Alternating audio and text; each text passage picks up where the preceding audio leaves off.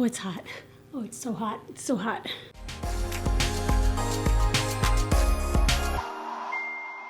Hey all, it's Linda. Welcome back to my channel. For today's video, I am going to be thieving an idea that I have seen here on YouTube. I first saw Angelica Fest do this. I'm sure that other people have done it as well. I believe my friend Heather Austin did it.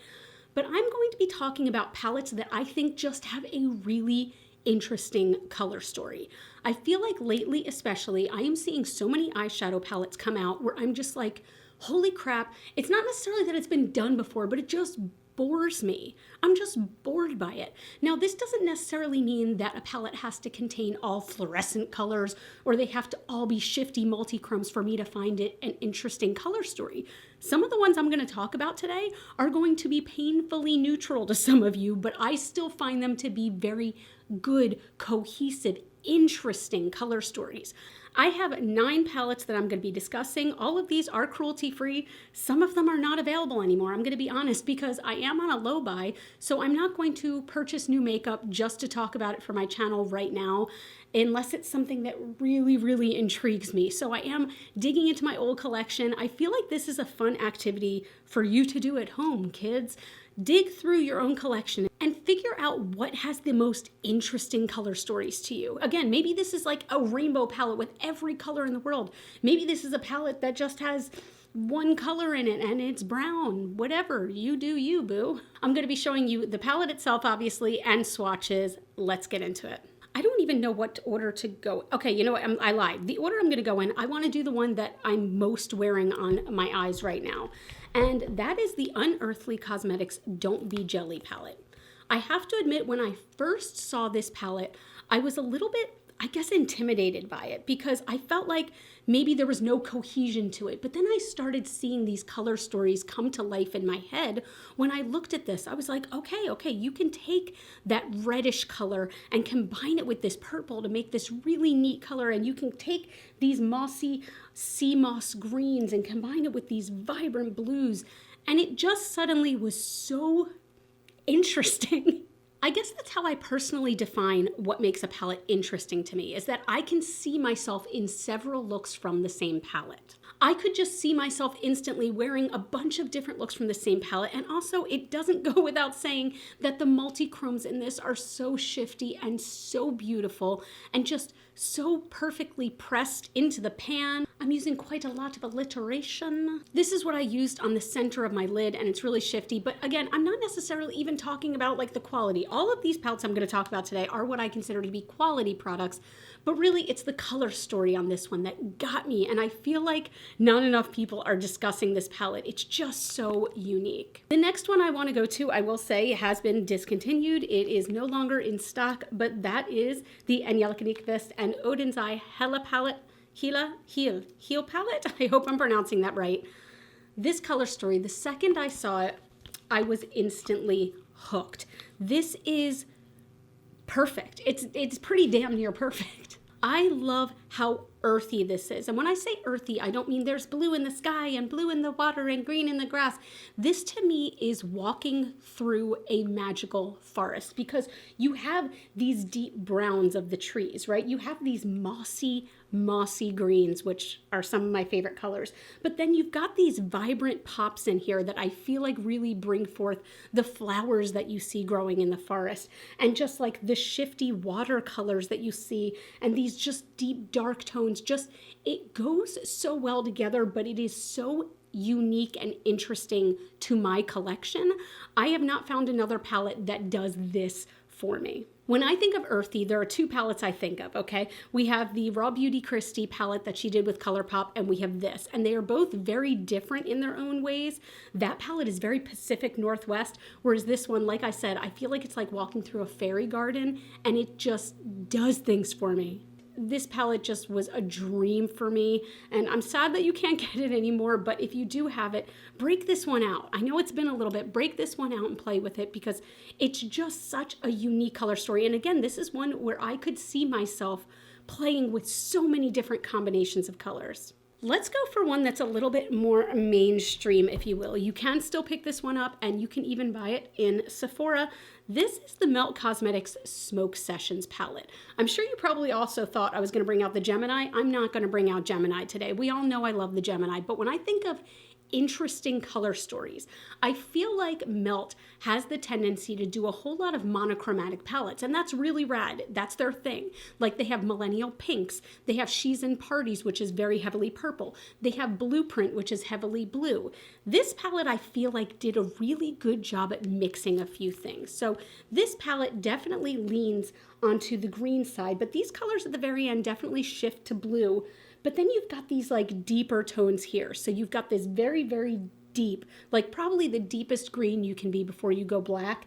And then you've got this mossy olive green, which is a fantastic matte to deepen things up. And these shimmers are what I feel like really makes this an interesting color story, okay? Because there are three different, if you want to be honest, they're three different shades of gold, but they are so different from one another that I feel like it really complements this palette and makes it so that you can have so many different looks. The first one over here is definitely a very gold orange base. Then you've got like the dirty copper penny, and then you've got the green based grungy gold. So yes, they are three shades of metallic gold, but they are so different from one another that I absolutely don't mind having all three in one palette. And it goes so well. You can mix literally any of these together to create a look. And I just find this one to be so interesting. And again, I feel like as far as Melt goes, this palette is one that flies on the radar. This is one I didn't get myself until much later when it was on sale. And I freaking adore it. Okay, let's talk about the one that is going to be, I don't want to say controversial because that makes it sound like super clickbaity, but I think a lot of you are going to disagree with me. I'll say that right off the bat, but let me explain. This one is just a quad, and it is the Black Jasmine quad by Kaleidos. This probably looks so boring to some of you, but I have to say that this color story was so interesting to me because I feel like it's one of the first ones that made a dark black smoky eye look accessible to me. I feel like literally anyone can create a dark black smoky eye with this specific quad. You've got your very light shade to blend out. You've got your crease shade, you've got your deepening shade, and you've got your shimmer.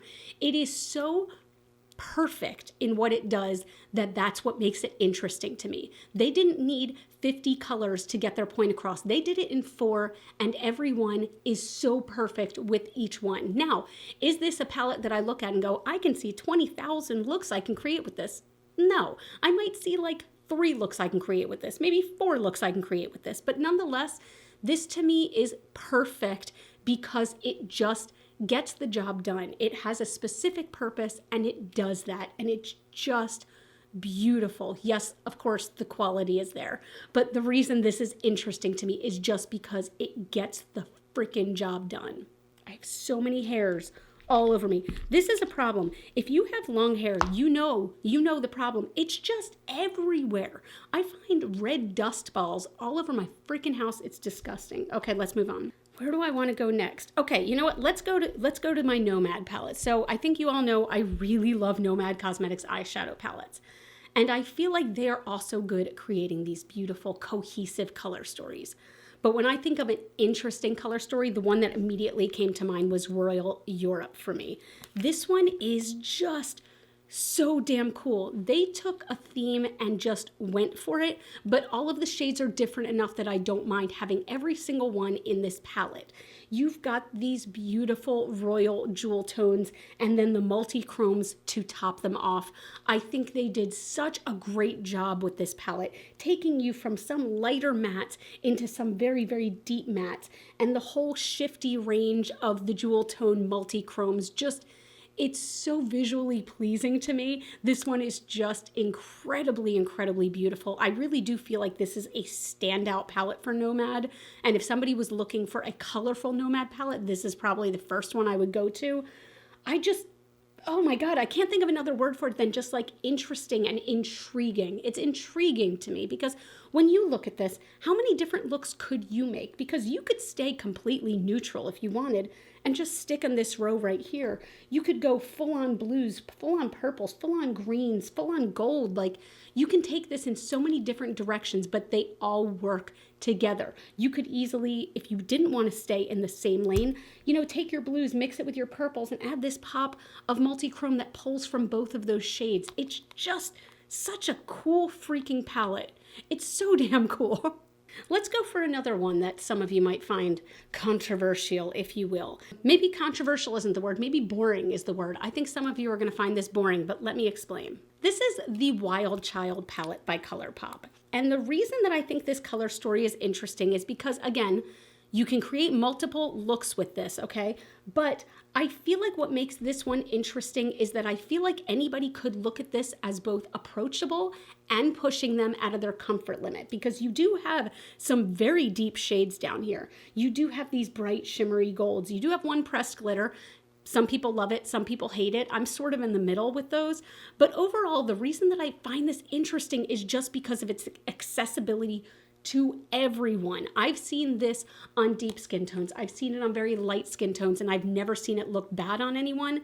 But it just does intrigue me with how perfectly they made all of these colors complement each other. They are just all in sync with each other, and it is an interesting color story to me. Again, I know a bunch of you might disagree with that because this is, by and large, a neutral palette. But at the end of the day, like, it just works. They all go together. And as soon as I opened it up, I immediately wanted to use it. This wasn't one I looked at and went, yeah, okay, that's boring. Let me know what you think. Do you find palettes like this to have an interesting color story, or do they need to have like lots of different colors for you? Very curious. I have 3 more to go, and I'm going to go into a bright and colorful one. Again, unfortunately, this one is no longer available.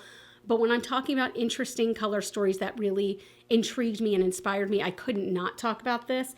And it's the palette that Heather Austin did with Adept.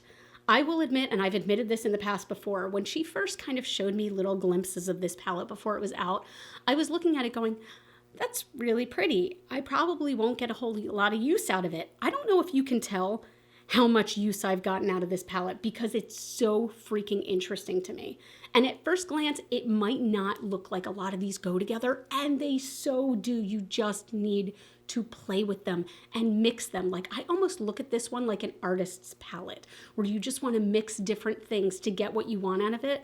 Of course, you can make so many different looks from this, and I have. And there are certain colors that I have used to death. Atlas, I know that's a boring color. I've used that to death, but right next to it, Scrubs.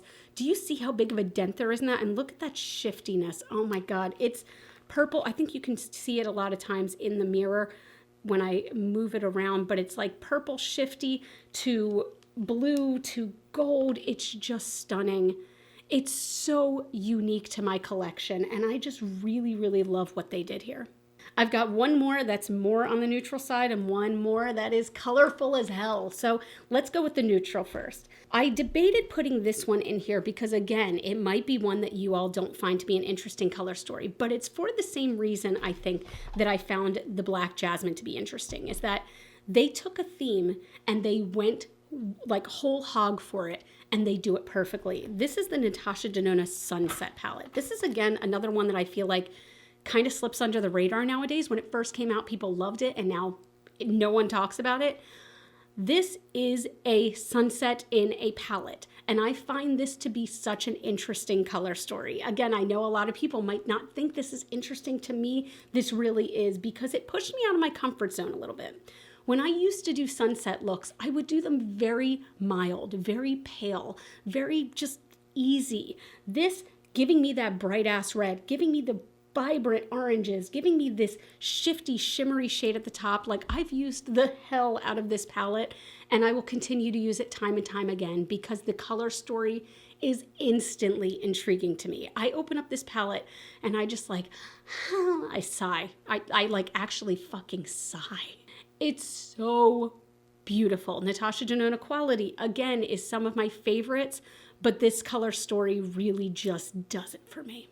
And this very last one gives you some color all over again, okay? And it gives you a lot of color, and it is very interesting to me. Like, this palette's color story. As soon as I saw this color story teased, I instantly set an alarm on my phone because I knew I had to be there the second it went on sale to get it because it looked that beautiful.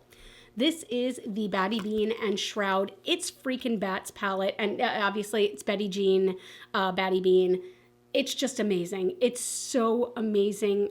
Oh my God, I still get chills looking at this one. It took me almost 4 months to get this palette, and I didn't even care because as soon as I opened it up, I remembered why I bought it, and it was for the color story. Out of all of these palettes, this is the one I bought most for the unique color story. The colors went so well together, and they are muted yet bright. They are dusty yet vibrant. They are just amazing, and they all go so well together, but they're all so unique on their own. This might be, I'm trying to think, this might be for me the most interesting color story of any palette I own. Now, does it mean it's the palette I use more than any other palette? No. But is it the one that I open up and I feel almost most inspired because it's so unique? Possibly. I love how we have this mix of shimmers. We've got 5 shimmers, we've got 4 mattes. I think that's a perfect balance. It just, everything goes well together, but you can create a million different looks. I just think they really fucking knocked it out of the park with this color story, hands down. I want to make out with it. So that's it. Those were 9 palettes that I think have really, really interesting color stories to me, but I want you to let me know down below, A, which of my choices do you disagree with, and why is it the Black Jasmine palette from Kaleidos? I said what I said. Ooh, that was aggressive. But really, which ones do you disagree with? Which ones do you agree with? And what in your collection do you think has the most interesting color story? You can give me a top 3. I don't care. Give me a top 10 if you feel like typing a whole lot. But I really want to know which ones have interesting color stories to you, because what's interesting to one person is boring to another, and what's boring to one is interesting to another. So I just am very curious to know your thoughts.